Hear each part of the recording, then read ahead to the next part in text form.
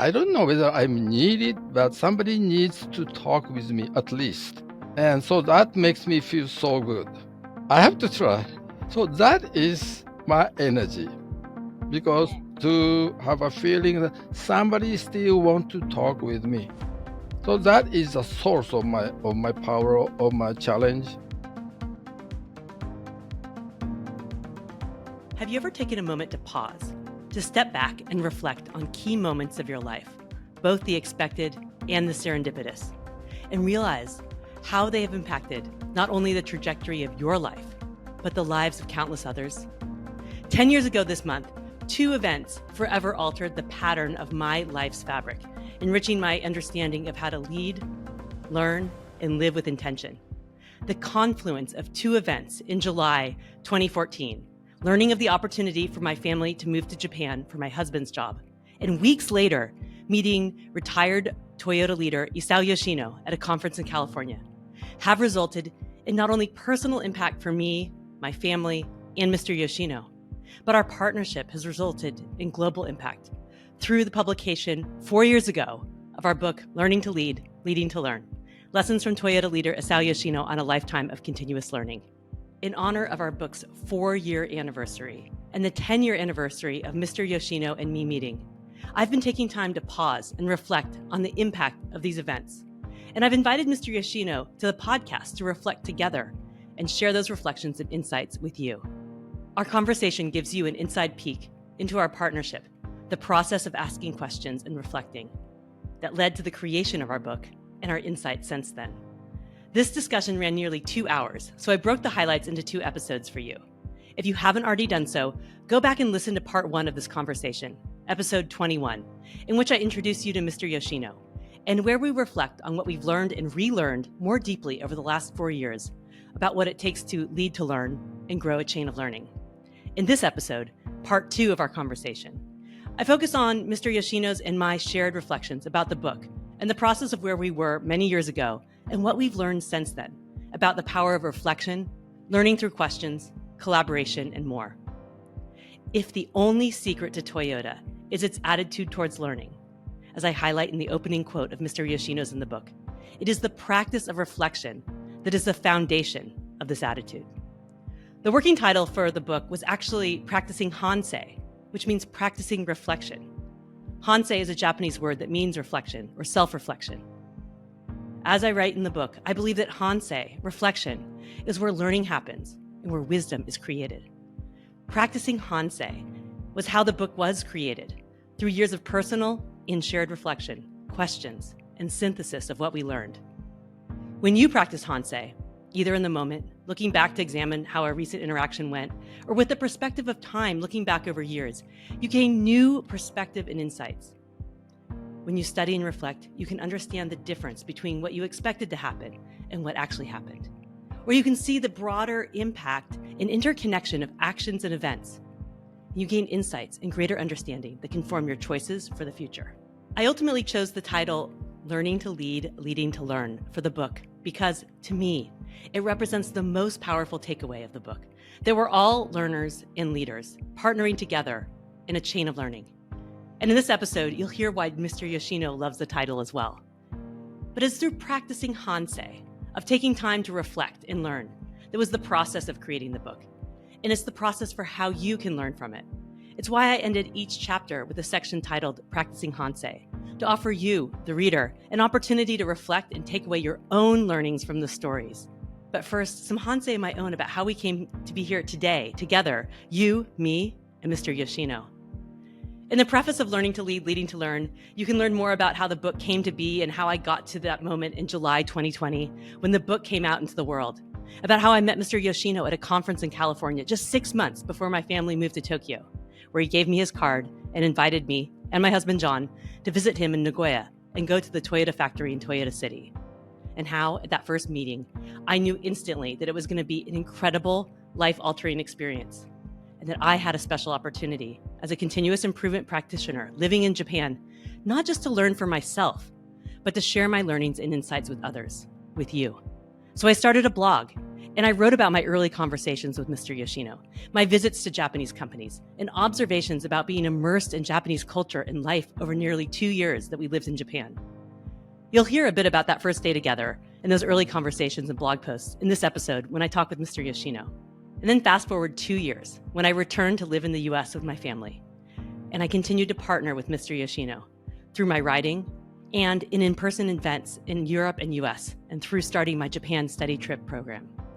It was then, in 2018, that Mr. Yoshino proposed that we write a booklet together, leveraging my blog posts and diving deeper into our shared experience and learnings about leadership.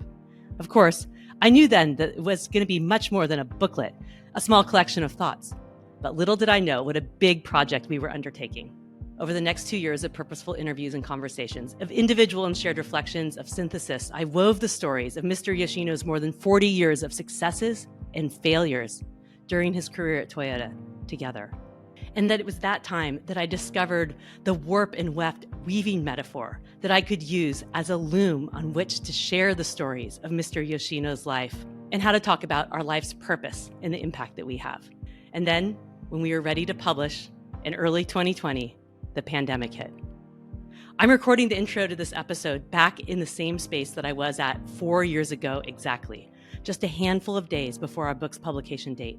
We were in the thick of final edits of the manuscript, and I've been having flashbacks of me at a desk with hundreds of pages strewn in front of me, red pen in hand, trying to catch any mistakes or final edits, reading and rereading the over 80,000 words on the pages, and having Zoom conversations with Mr. Yoshino before we hit publish.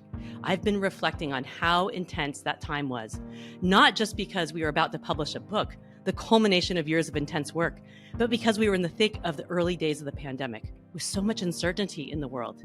Just 6 months prior, at the end of January 2020, I'd been in Japan to prepare for another Japan study trip and take photos with Mr. Yoshino for the back cover of our book. We'd planned on a year of in-person book events across Europe and North America, but then, as you know, the world shut down. I had a moment, or rather, a few moments of crisis, wondering if we should even publish a book in the middle of a pandemic in the first place. Was that appropriate with so much pain and uncertainty in the world? And how could I possibly make it happen while homeschooling my children, who were then in kindergarten and third grade? But we made the decision to move forward. I wanted those stories and lessons of learning from both good times and challenges out in the world for you, to be able to learn from and be inspired by. And I am so grateful that we did. Over the past 4 years, the book has been an opportunity, not just for reflections and learning between Mr. Yoshino and me. It's been our way of growing our chain of learning with you as you reflect, learn, and grow too. I now invite you to join me in hansei, in reflection with Mr. Yoshino, who turned 80 years old earlier this year, for part 2 of our conversation.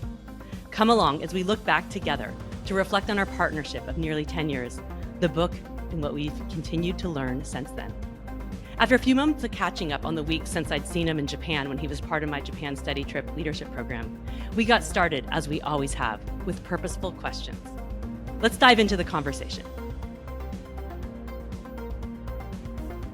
You know, one of the most powerful takeaways I've had in the 10 years of us talking, but also get so much feedback from people, you know, in reading the book, is how your mindset of truly of continuous learning and navigating your way through challenges, and how having that positive mindset, or just like that fortitude of like, even though I'm going to fail and I'm going to keep going because I love to learn and I want to do things. You know, when we were thinking about the subtitle of the book, I look back on this now, and that, you know, the book is Learning to Lead, Leading to Learn, but lessons from Toyota leader Isao Yoshino on a lifetime of continuous learning. That really speaks to who you are. 80 years of continuous learning, and you just said that that's what gives you energy. Why do you see this attitude of towards learning as the thing that gives you that vitality and is so critical, both personally? Well, it's very, very important to have people around me, including you, to sometimes if I have a question to ask Yoshino, that you call me. See, but look at other people on my same age. They have no people calling them for help or whatever. They have very boring days every single day. So I always think about other people, not about myself. I always think about, oh, okay, where the guy I used to be a good friend, what is he doing right now? and maybe he goes out in the morning and come back in the afternoon. But I'm so busy, taking care of these document, whatever. So what a big difference between me and him. So I am not supposed to complain, even though I'm so busy. Well, I don't complain, but it is so important that I look at myself from a little bit different viewpoint, and not from the situation I am. People keep calling me, then I feel so happy. But there is some people who still need to talk with me. That feeling is fantastic. So that is my energy, because to have a feeling that somebody still want to talk with me. So that is the source of my power, of my challenge. And you're always been so, our relationship is built on questions and thinking and responding. And so, if you think back to, we met in Nagoya in your office just over 9 years ago, where the very first time we Nine met. oh 9 years ago. I know. You So we you met at the. come here around 9 o'clock. Then you leave 5:30. An entire day we keep talking and talking. So just that does not happen to the old people like me so often. Mm. I talk about that experience that, we met 10 years ago at a conference in California. I just found out that we were moving to Japan in 6 months.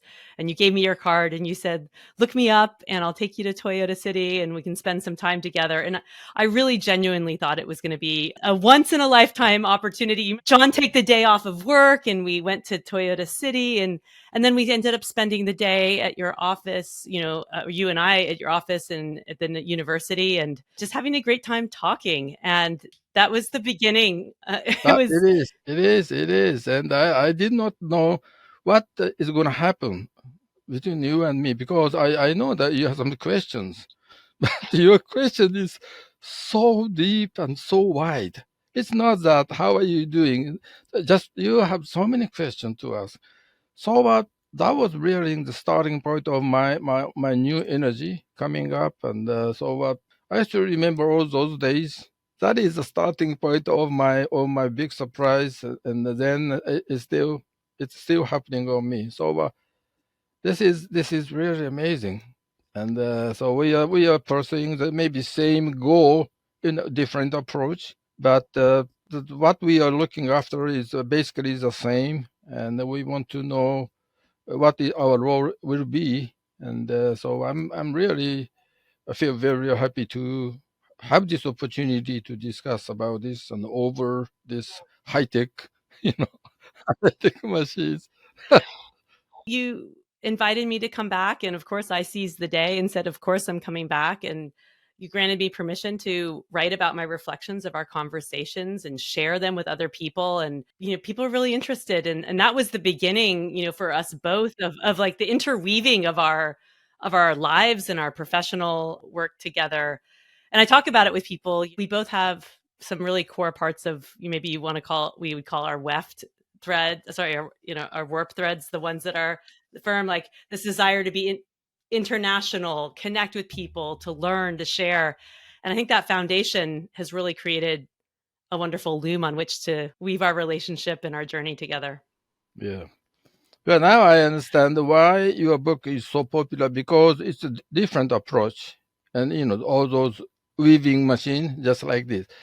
So that is very, very new idea. Or you're using some different angle and different approach, and that is one of the reasons why you get award from you get award Shingo Prize, and so what your book is not only the regular book, but it's a textbook, and it's a conversation, and lots of wisdom, which is not so visible when you look at it the first time, but when you go through the second time, okay, what is this one? So attempt you to go back to the same sentence again and again, and then find out what it means to me. So I go through that. So I just carry it all the time when I go out.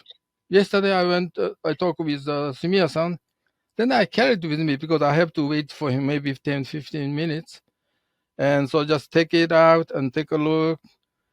And so it's a kind of Bible to me. It's a material which give me a more energy and a new a kind of new insights because I forget so many things so easily when you get older. See, sometimes I'll forget the fact that I forget things so easily. So I carry it with me. So Sumia-san was okay.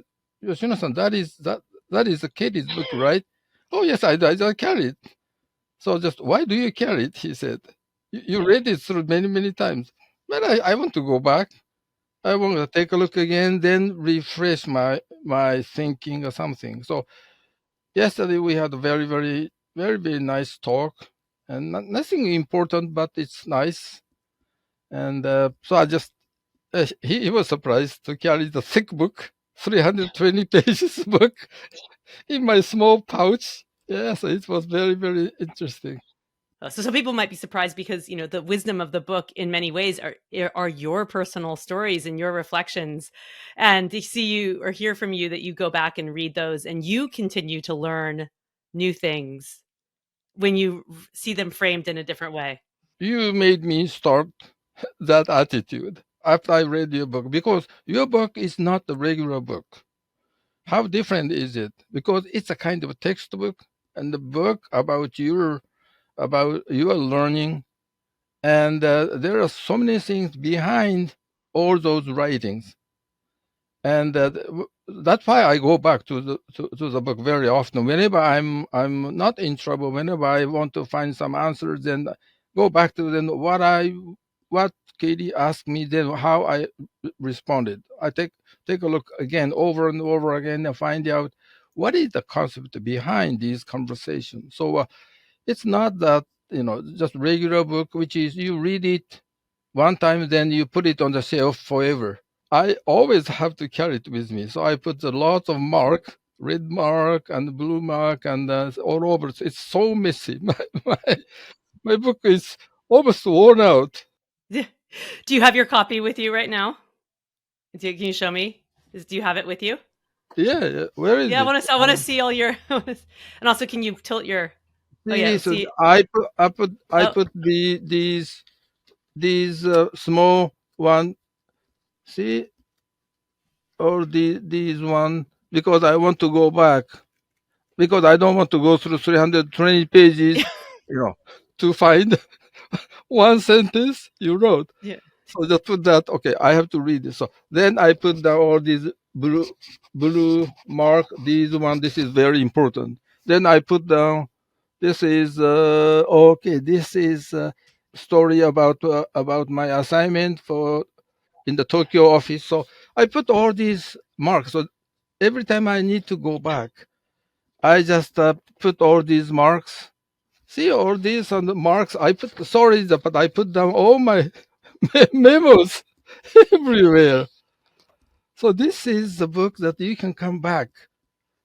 Always you can come back. So this is not a regular book.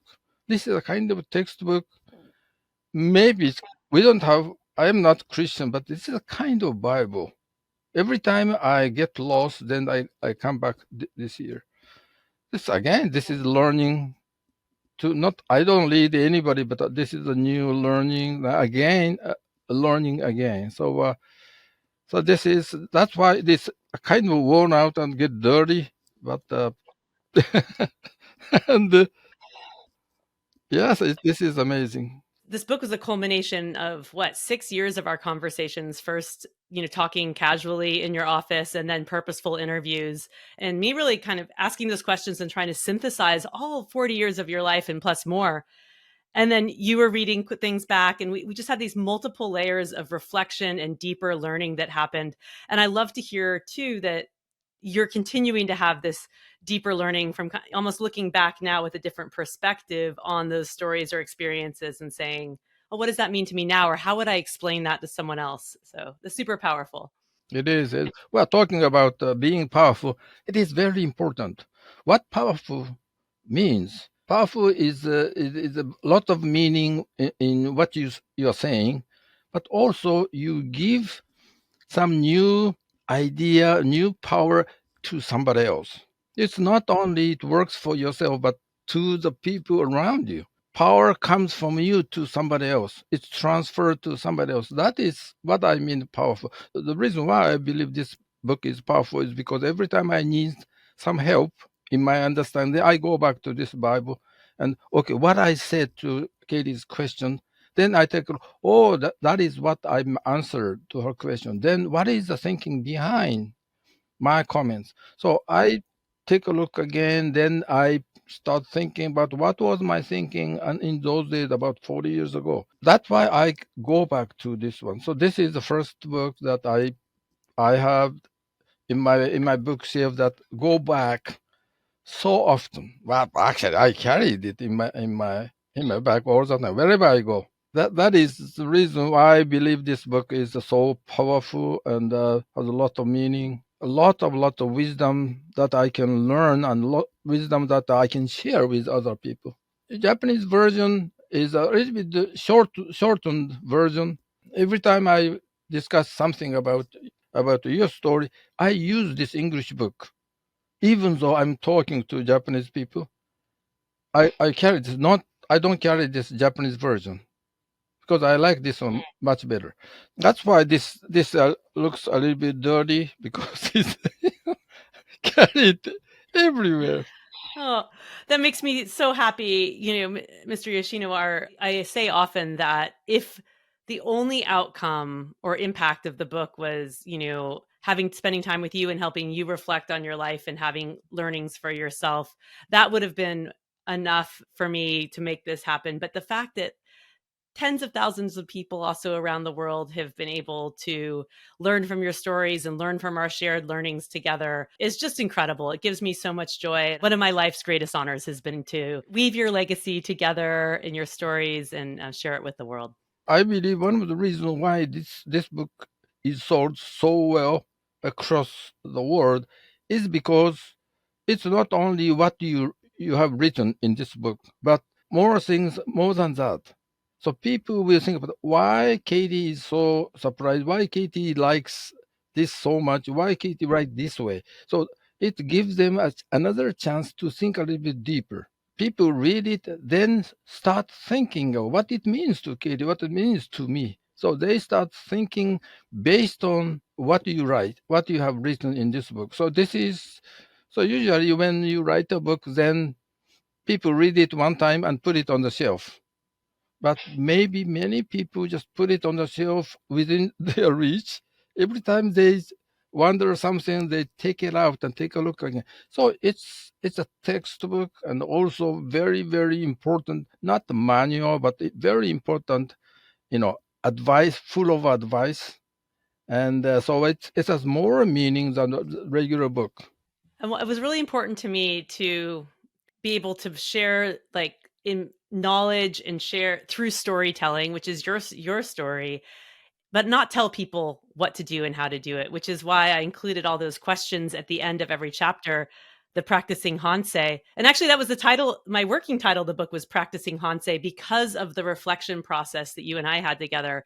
You've always told me, and it's paraphrasing one of your quotes in the book, that you can't give people the answer. There isn't just one answer, especially when you're leading change and creating culture, but it's reflecting on what does it mean for you and what actions are you going to take to do something differently. And I agree. I think that I believe that that's the power of our book together as well. I already said that once again, just the how important it is this book is because this people read it and then they start thinking a little more deeper what Katie wants to say in this book. So this is a starting point. Many times when you buy a book and read it, then oh, I learned something, then put it on the shelf. So that is the end of each reader's job. When you read this, people read your book, this is a starting point because you put all those questions at the end of each chapter. What do you think about this? What is in your case? So you are asking them, okay, think about in your situation, what do you think? What are you gonna do those? So this you're assigning some tasks to the readers. It's never ending. So it's very, very powerful because it's not only book a one-time reading, but no, you have to go back to this book and think about what are you doing is right thing or wrong. So it gives you a lot of opportunities for the readers to think a little bit deeper and any farther. So that is one of the one of the good things about this book. Well, actually, one time when we were getting to the final edits, you told me that you got so into the story that you kind of forgot it was you, and then realized like what's going to be the outcome, and you're like, oh, actually, I know the outcome. This is me. But I'm curious, in you're going back to the book, and what's something that you have learned or relearned or with a new perspective from the book? Yeah, but that's a good question because your writing is carries so many meanings. Not only what you write it, but has more wider, broader meaning underneath. So whenever that I feel something, oh, I need to go back, then I take a look again. How you ask the question to me, then how I answered. What is the thinking behind your question? What is the thinking behind my answer? So I think a little bit deeper. That is the reason why I always go back. Of course, I remember the key context of what you write about my experience. I know, of course, but still, I want to make sure that there should be certain thinking behind what you have written over here. So I want to go a little bit much deeper. What is the thinking behind this one? So what? In other words, this book has so many more things than it appears on this book. That is the reason why this book is so different from other books because all the in many cases all the books one way. See, when I take a look, it's a one way. You go through the book, then the knowledge or something intention comes from one way, from the writer to the reader. But this book, not one with the two ways. You gave you and I just give something to the reader. The reader have another question, they go back to the book and read a little bit deeper and go back two, three times what Katie is trying to say in these sentences. So it's a back and forth. So that is the power of this book. That's why I'm carrying with me. Yes, it's both the back and forth and how we created it, and then the back and forth with the reader and the reading and the reflection. So it's sort of multiple layers of that back and forth. I see. Yeah, I agree. I agree. And also, everybody has their own different way of thinking. So they don't need to agree everything of what you say, but you gave the reader an opportunity that okay, you guys need to think deeper. This is Katie's opinion and analysis, but it's up to you. But you are supposed to go deeper starting with this book. So you gave opportunity to the reader to think a little bit deeper. So that is, I believe, is the power of this book. Well, I want to continue on the theme of the book, and I'm curious, Mr. Yoshino, for you, it's been 4 years since the book came out. What's been the impact for you personally on having this book about your 40 years at Toyota be out in the world and having so many tens of thousands of people read it? And yeah, so that's my question. What's the impact for you? Well, actually, when I answered all these questions, everything is on the book. So when I went through this book first time, okay, this is correct. This is correct. What I've answered to Katie's question is everything is written, properly. But at the same time, the reason why I go back to this book very often is because I always want to go back to the very basic because this is essence of my thinking and your thinking. So I always go back to those original one and think about what was the thinking at the time.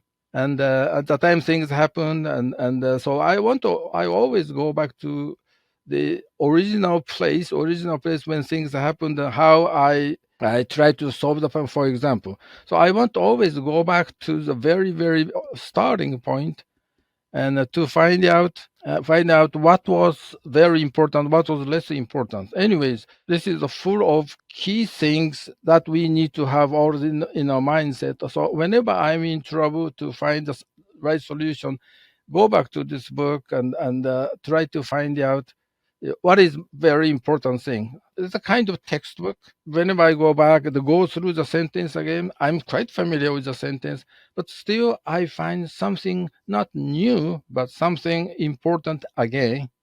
That is why I always go back. I know what is written in this book, but I want to go back and make sure that my understanding right now is not shifted too far away from the original one. What's been something either surprising or unexpected that's happened as a result of us publishing the book 4 years ago at the in the beginning of the pandemic? Well, actually, it is very, very interesting because this book, in most cases, full of my failure stories, not successful stories, but failure stories and my learning, focusing on the learning, not necessarily success or failure, does not matter.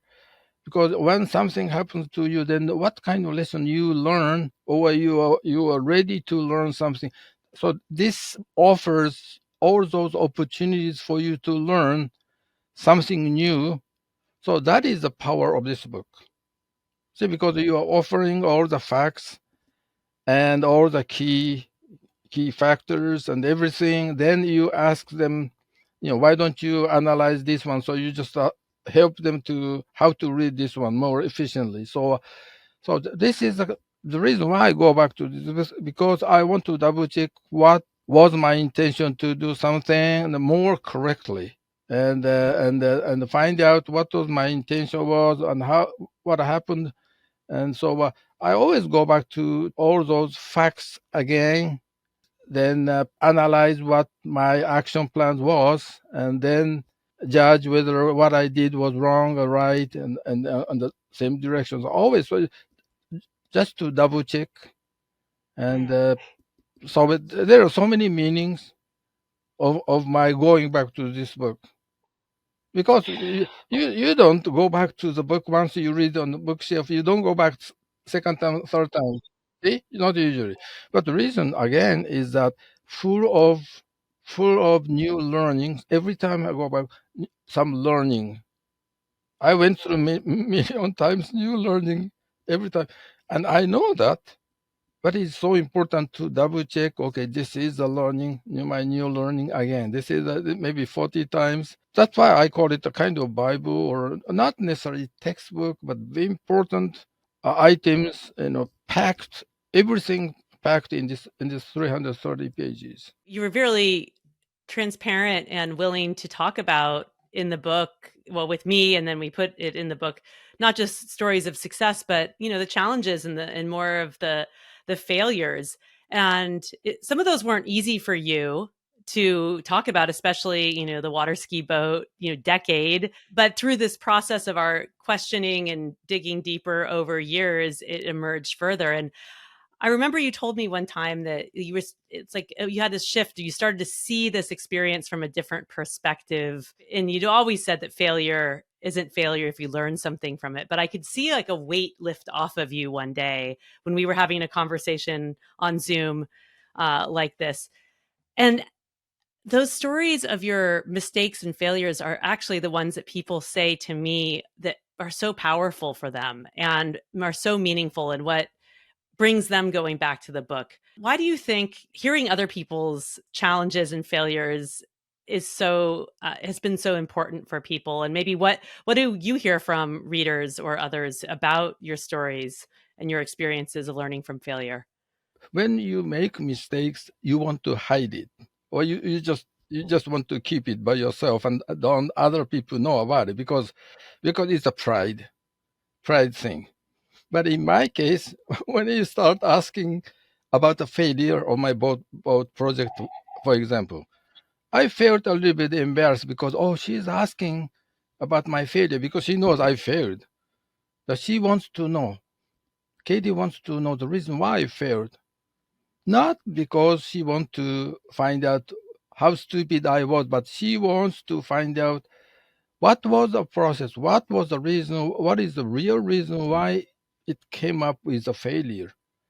And Yoshino must have some knows because he was in charge. So you are so pure in your question, not try to find out who is to blame, but what was the real reasons. With questioning with more positive reasons, not negative reason. Negative reason because who is to blame, what is how stupid you were, but positive reason because what was the real reason, what is the environment. So you gave me opportunity to think about my experience from the more broader point of view, more positive point of view. This is the first time. Many people keep asking when people ask me about my career in the United States. I talk about both business. Then people they found out that I failed. And then they start asking me, okay, Yoshino, how did you fail? So they want to find out how stupid I was. Well, actually, what kind of mistakes I made. So they want to focus on those very surface things. I feel so bad about it. I don't want to share it to anybody because I don't get anything from the question they keep asking me. But in your case, you're focusing on what was the reason why I succeeded, why I failed, what was the reason. And there should be some more reasons than my management style. There are some other factors. So you sound like, okay, you really want to find a real solution. That is more important than find who is to blame. What is to blame? So you focusing on what was the reason, not who was the guy who makes mistake. You are focusing on the facts, not who. Then I start changing my mindset. Then I decided, okay, that then I don't feel so bad about answering, even though I did not think much deeper before. I feel much better because this is a great opportunity for me to dig down more. What was the reason? What was the situation? So it's more openly. It's you open the door, you which was shut, so tight. I just shut the door very tightly because I don't want to just share it with anybody. But I decided to open the door and then answer the question. Maybe I can find some not solution, some good advice for the future. So I took your question, took your asking from the more positive side. So this is the first time that people ask me about both projects.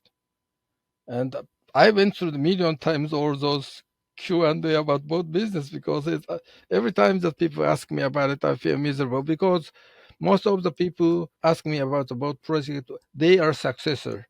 They are succeeding in attaining the goal something. So they are so proud of them. At the same time, they are asking, okay, you failed. So your approach is very, very different, totally different. So that makes me decide to open the door, which was closed for so many years.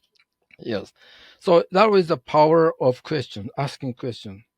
And maybe at the time you don't recognize because you're just so curious about why it happened. So it started with your pure, curiosity, but why it happened. So that makes me wake up. So that is what happened and at the beginning of our talk. So it's very, very interesting. It's totally changed my attitude, my viewpoint from negative to positive. So we don't talk about this in your book, but that is the thinking behind it. Well, that makes me so happy that that was your experience. And it was my intention as well.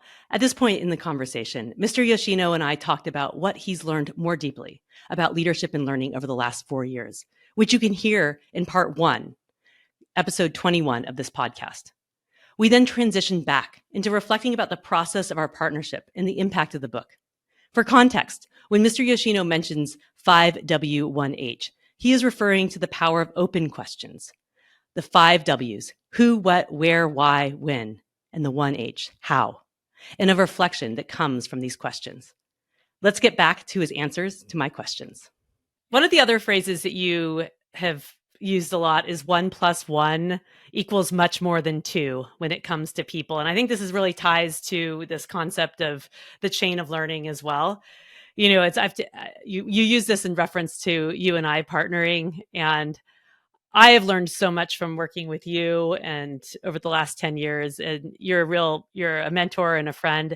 I'm curious, what's one thing that you've learned from our partnership together over the last 10 years? Well, actually, everybody is different. Everybody has their own way of thinking and rule or whatever. So everybody is different from each other. So the important thing when we deal with people, we work together with people, it's so important that first of all, I have to know that this guy is different. For example, you and me working together. Then you come from different culture. So then I found out, okay, oh, Katie has this way of thinking, which is so new to me. Then I find out, okay, I thought my way of thinking is very, very good. However, what Katie is thinking, which is so different, also very right, very correct. So I have to accept it. That opened my eyes and the attitude as well. So when you run to something new, then you have to be open whether that is good or bad, and you have to think a little bit deeper what it means to you. And so that type of attitude is so important. That requires a lot of patience, particularly when I start working in this lean topics together, working with you. There are so many different things and same thing. So you know, I always try to listen, try to think that why Katie is thinking this way, why Katie is acting this way, why Katie is asking this question. And so that is very, very important attitude when you work together with somebody else. That was what I mean. If you are serious about learning something from the people working with you, then you can learn. If you are ready to listen, you're ready to learn from your partners, then in most cases you can learn more things than actually you can. Additional benefit, additional information, additional experience, additional viewpoint you can learn. And so that is a benefit of working together. So that means 1 to 1 is of course 2, but more than that, because you're going to get a lot broader than you originally think. So that is the benefit of working together with the people from different culture. We Japanese people just live in a country so so many years. So we always expect other people think the same way, but it's island country, and so we feel very comfortable when people think the same way and listen to the same song, watch to the same movie, and things like that. But when we are open, then we have people with totally different culture. Then we are surprised. Oh, this is totally new culture. Then we think about what it means to me. So it opens the door to me. So, anyways, we always think we're ready to learn something new and appreciate it. Then try to put it in your mindset. Then create your own new idea. So that is the power of 1 plus 1. So that's why I said 1 plus 1 is of course 2, but more than that. If you're ready to learn, you have that attitude. If you don't have that attitude, then 1 plus 1 is just 1, not just 2. So that is one of the reasons why I am enjoying working together with the people from different culture. And many all the people just, oh, he has a different opinion, so different from mine. I don't like him. I don't like her. I don't take that attitude because people have different viewpoint than mine. Maybe he or she must have reasons why he or she thinks different from mine. Then I dig there more. So that is what it means to the 1 plus 1 is more than 2. Yeah, well, anyway, so that's very simple, but it's because if you, for example, if you believe that, oh, I have more wider viewpoint, maybe because I worked so hard, I succeeded. But in many cases, you will learn that attitude from somebody else. Every time I find out that I'm a little bit smarter than before, it's not because I get smarter. I got some nice advice from somebody, so maybe somebody that helped me to become just like this. So always I have to think about how it happened to me. So always think about, so that 1 plus 1 is more than 2. That means a broader meaning. So I always think about how to appreciate the relation you created with somebody else. It's not when you have succeeded something, it's not because you are great. You did everything by yourself. Actually, it's not. You succeeded because you take some advice from somebody else and put it into practice. That is the so always we have to, I have to think that okay, I owe something to somebody around me, and that is a fair attitude. And that is one of the things I learned from working together with people like you and like other people. So, I have to be not patient, but I have to be reserved. I have to ready to think that people helping with each other, and I've been helped, and I'm helping somebody else. I don't know, but so that is the relations that I want to create with people around the globe. So I really appreciate with our relation with you in the past more than 10 years because we are helping each other. I don't know about helping each other, but we just talking with each other, and learning each other. So this is more than I expected before. 10 years ago, this is not what I expected to do, but 10 years later, we keep learning. And we have a book, Exactly, exactly. So it's we keep doing that. Is that a great title, by the way? The Learning to Lead, Leading to Learn. What do you like about the title that we Oh, I chose? love this. I love this. I love this. It's more profound than it sounds.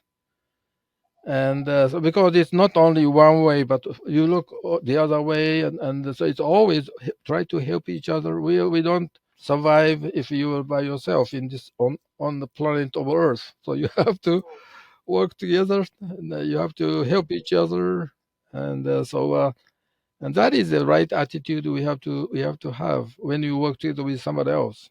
I'm not working. I'm not living in a small island in the Pacific Ocean, but we have to work together with somebody with different background. Then we have to ready to accept, not accept, we accept and learn something. It's great learning opportunity, whoever you run into. That is one of the reasons why I keep joining those lean activities because I don't want to miss all those great opportunity to learn something new. Well, we love to have you as part of the Japan study trips and the opportunity not just to, I love that you can come and learn from the other organizations, but the learning that happens with the participants and you're talking on the bus and going Sure, to sure. dinner. See, so that's very the casual talk. Sometimes it gives you a lot of opportunities or more easy situation, and so that I like it. I like it, and so maybe it's just well, actually this time I spend more time than before, so I like it very much. Good. Well, look forward to having you. Yeah, yeah, and so maybe I will think about joining maybe most of your trip, but it's I don't like Tokyo so much, so Yeah. We'll figure that. Mr. Iguchi's coming back, so maybe you'll come. I look forward to you having coming and continuing to be a large part of the Japan study trips and all the shared learning that we have together. It's incredible. We never thought 10 years ago that our relationship would turn into this level of partnership, and certainly didn't think my early blog posts would be the spark for what's become, this award-winning book from the Shingo Publication Award. And we've reached tens of thousands of people around the world from the English language book to it's in 8 languages Oh now. I yeah, mean, it's amazing, wow. Wow. amazing. What does that mean to you? Like how do you feel about knowing yeah. Actually, it's amazing because it's full of my failure stories and the new learning from the failure. That is so powerful. There is no such book about just like this. Many books talks about failure stories and maybe the reasons. That's not bad. However, it's kind of still in the negative side, right? But in this book, those failure stories as well as new learning from the failure, which is very powerful. So that is why this book is so important. And so I don't see any other book like this in other segment, other book, or those personal, success stories. Of course, you can learn something from the success stories, but sometimes success happens by itself or without, you know, by itself sometimes. But failure has a good reason to fail. So you can learn so many things out of the failure. So if you're ready to learn some lessons out of the failure, that then that was a great opportunity. You can learn so many golden, you know, result. And actually, you are not the first person to talk about that, but actually, you are the first person to that deep in this book. Many there are so many books. Okay, good. This is a good example. This is bad example. There are so many books about it, but very shallow. This is so knee deep in Mm, that concept. What kind of lesson you can learn from good experience, bad experience, then how? So mm. 5W 1H, it covers the entire book. So this is that's why I call this a kind of Bible. And whenever you run to in some struggle, something, and you get lost, then come back to this one. And what is the concept behind what Katie is writing? And that's why I always go back to this book. So just maybe that is what people do.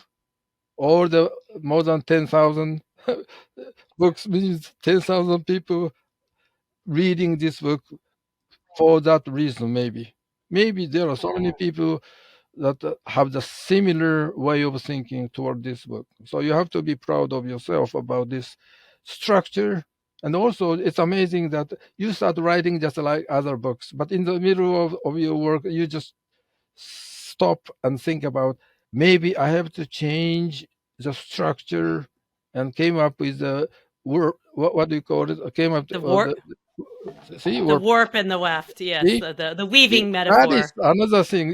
It's a new learning. So you are writing about how to learn through reading whatever you are doing it by yourself, and you are showing in this book, and you are doing yourself. So it's amazing. So that is the great character of this book. And there is no such book like this in the bookstore. Never, never. Always one way. This is a rule you need to go through that. I have 150 rules. You have to go through that. Do it. You're not showing the rule from you to the readers. You are sharing opinion. What do you think? What do you want to do based on this input? So let them think. All those books, you do this, telling them what to do. Oh, well, thank you. I mean, this book was, I was the author, but these are your stories. And this book couldn't exist without our partnership and our thinking and the sharing ideas and the questioning and your vulnerability and willingness to share your failures and your successes and to reflect very seriously and to allow me to share those with others. And so it's just been such a wonderful experience for me. And I'm excited for hopefully 10 more years of or more of partnership to come as staying Genki and healthy. As our conversation continued, Mr. Yoshino and I reflected about how special it's been to find the Japanese version of our book in bookstores across Japan together, including at his local bookstore, which he took me to in my first visit to Japan after the pandemic in January 2023, and recently at the Toyota Museum in Nagoya, where he was so honored to see our book next to a book about the esteemed Japanese leader, Dr. Shigeo Shingo, whose name is reflected in the Shingo Publication Award that has been given to our book. As we reach the end of our 2-hour conversation, I had one final question to Mr. Yoshino about what he hopes the book's lasting legacy will be. In it, again, he references one of Japan's greatest business leaders, Konosuke Matsushita, who we talked about also in episode 21. Let's get back in. Couple of things. One is this carries not only very few success stories, but failure stories, because you can learn so many things out of the failure. There should be a reason. Failure stories is focused, not because it was a bad example, but this is a great place to learn something important out of that. That intention is very excellent. Learning, you can, just like Konosuke Matsushita says in his museum in Osaka, that if you are ready to learn something important, you can learn something out of the stone, out of the little stone lying on the street. I am not comparing with your book with a stone on the street, but that is Mr. Matsushita's Matsushita's comments. I found out in anyway. So what I'm trying to say is that if people are ready, people are very determined to learn something, that they need to be this one because it has a lot of hint, not necessarily right answer, because 10 people have different way of thinking. You are not pushing your answers to them, you're just sharing your feeling. It's up to you, but think about it deeper from this book and create your own answer yourself, please. So that is your attitude. That is very, very powerful. That is more powerful than telling, oh, this is the answer. It's shallow, but you give them opportunity to think deeper. So that attitude is very, very powerful. So that is one of the many reasons why I love this book. That's why as I come back, always come back to this. It's worn out, you know, get dirty. But yeah, that is a sign that this has so much power, and you have to be proud of it. No other book in the bookstore has that type of structure, intention. See, so that is why it was chosen the single prize. I don't know the major reason why they pick this up. Maybe one of the reasons is because more profound and more open and leaves the final decision to the reader. We don't have that type of book anywhere in the bookstore. You gave the opportunity to let them think deep. That is what we did to the newbie trainers, training people. We offered the opportunity for them to learn, make the decision themselves. This book has the same intention. This is what happened to Yoshino, what happened to him, and you decide what you can learn out of this. It's up to you. I am not forcing you to learn something, but it's up to you. Same basic concept that we went through with the Numi project. That's the beauty of this book. I know you know that, but I don't need to repeat it. But maybe many readers thinks the way I do. I believe 10,000 people bought it.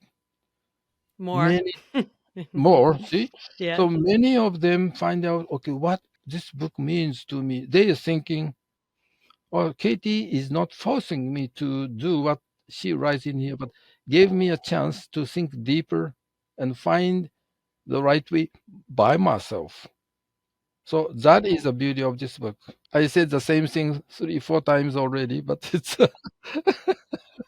Well, this book to me reflects so many of the concepts we've talked about here today. Truly, this chain of learning, not just between you and me, but this chain of learning of us asking questions and reflecting and working together. But now the chain that's growing with everyone who's read the book and shared it and come to Japan with us and so much more. The patience it takes to practice hansei, to have reflection and to write a book and to collaborate, and the seriousness that both of us have put towards bringing this book into existence and making it happen. So many things there, and also the power of asking questions and listening and it is. It is. learning with each other. Yes. Yes. Well, thank you so much. We could talk for ages and we will continue to talk, but for this moment I want to say thank you for reflecting with me on the 4 years of learning, and since the book Learning to Lead, Leading to Learn, Lessons from Toyota Leader Isao Yoshino on a Lifetime of Continuous Learning has come out. And it's you have a lifetime of continuous learning, 80 years old, and you're still learning and always learning. And as you said at the beginning of our conversation, that's really what gives you the energy to be so healthy and to keep going. So thank you for being you Well, and for our it's my it's my pleasure. I've been enjoying working together with you and for many more years to come. me too. So wonderful. All right. Thank you. I'm so happy for you to get a direct opportunity to hear from Mr. Yoshino in these special podcast episodes. If you haven't yet listened in, be sure to go back to episode 21, part 1 of this conversation, to hear more of Mr. Yoshino's insights about leadership and his suggestions for you about how to build your leadership legacy. When Mr. Yoshino and I set out to write a book, I certainly didn't know what its impact would be. but I knew that the wisdom and insights that I'd personally gained from years of conversations about learning, leadership, and Toyota's history needed to be shared with you and the world. Over the past 4 years, it has been such an honor that the book's become an international bestseller, has received many awards, including the esteemed Shingo Publication Award, and has been translated into over 8 languages and counting. And 2 years ago, I was thrilled to learn that Larry Culp, CEO of GE and GE Aerospace, took the book with him on his summer vacation and came back to work so impacted by it that he recommended it to all GE employees to read to really understand the true meaning of lean and the culture of operational excellence that he's seeking to build in the company. Yet the biggest reward is knowing the positive impact the book has had on you and tens of thousands of readers worldwide. Thank you for your messages, reviews, and personal outreach to us. This is what it means to grow our chain of learning. And this is the power of reflection and shared learning together. If you haven't already read the book, you can get your copy on Amazon or your favorite online retailer. Learning to Lead, Leading to Learn is available in paperback, ebook, audiobook, and just this year, we've released a beautiful hardbound edition. If you want to give your leadership team or conference attendees a special gift of learning, we can also arrange for bulk order discounts and customized personalized editions of the paperback and hardback versions. For more information, go to learningtolead.leadingtolearn.com or my website, kbjanderson.com. As I open this episode, and Mr. Yoshino highlighted throughout the conversation, reflection is powerful. Reflection is where learning happens. Reflection is the beginning, not the end of learning. It's the study part of the plan, do, study, adjust cycle of continuous improvement. Or as you might know, I like to call the study, adjust, plan, do cycle, as we got so focused on just plan, do, plan, do, plan, do, and forget the studying and reflection parts. The habit of reflection, of hansei, is such an important practice for us all to adopt. It is the secret to success. I created this podcast as a space for us to reflect. Me through the process of creating episodes, guests through the questions I offer, and you through the process of listening and reflecting about your own journey after each episode. Reflection is what we do here, separately and together, just like my relationship with Mr. Yoshino and what we've learned through creating our book and our years of partnership, and just like I intended for the book to be for you. So I'll ask you to reflect, as I always do. What did you take away from this episode? And importantly, how are you creating space and time for reflection? If reflection isn't already part of your routine, how can you start? Whether it's right after a meeting or a day of work or looking back on the year, take the time to purposefully reflect, to learn, to improve. I have a simple tool that I offer my coaching clients and participants in leadership training exercises, and I'll share it with you too in the episode show notes, chainoflearning.com/22. Each day, write down your intention for how you'll show up and what you want to do. Take 5 minutes then, reflecting on how your day or practice actually went, and then note any learnings and adjustments that you have for the next day. It can feel challenging to do this daily, but those 5 minutes each day will accelerate your learning and your impact. Take 5 minutes right now. Again, reflect on what you learned from this episode and what you've learned about yourself and those around you today, this week, this month, and then go download the reflection tool and start your daily practice of reflection. Step into your power, the power of learning. Thank you for being a part of my and Mr. Yoshino's Chain of Learning today. If you've enjoyed this episode, be sure to follow Chain of Learning on your favorite podcast player, and please rate and review the show to help others discover the power of continuous learning. I'll see you next time. Have a great day.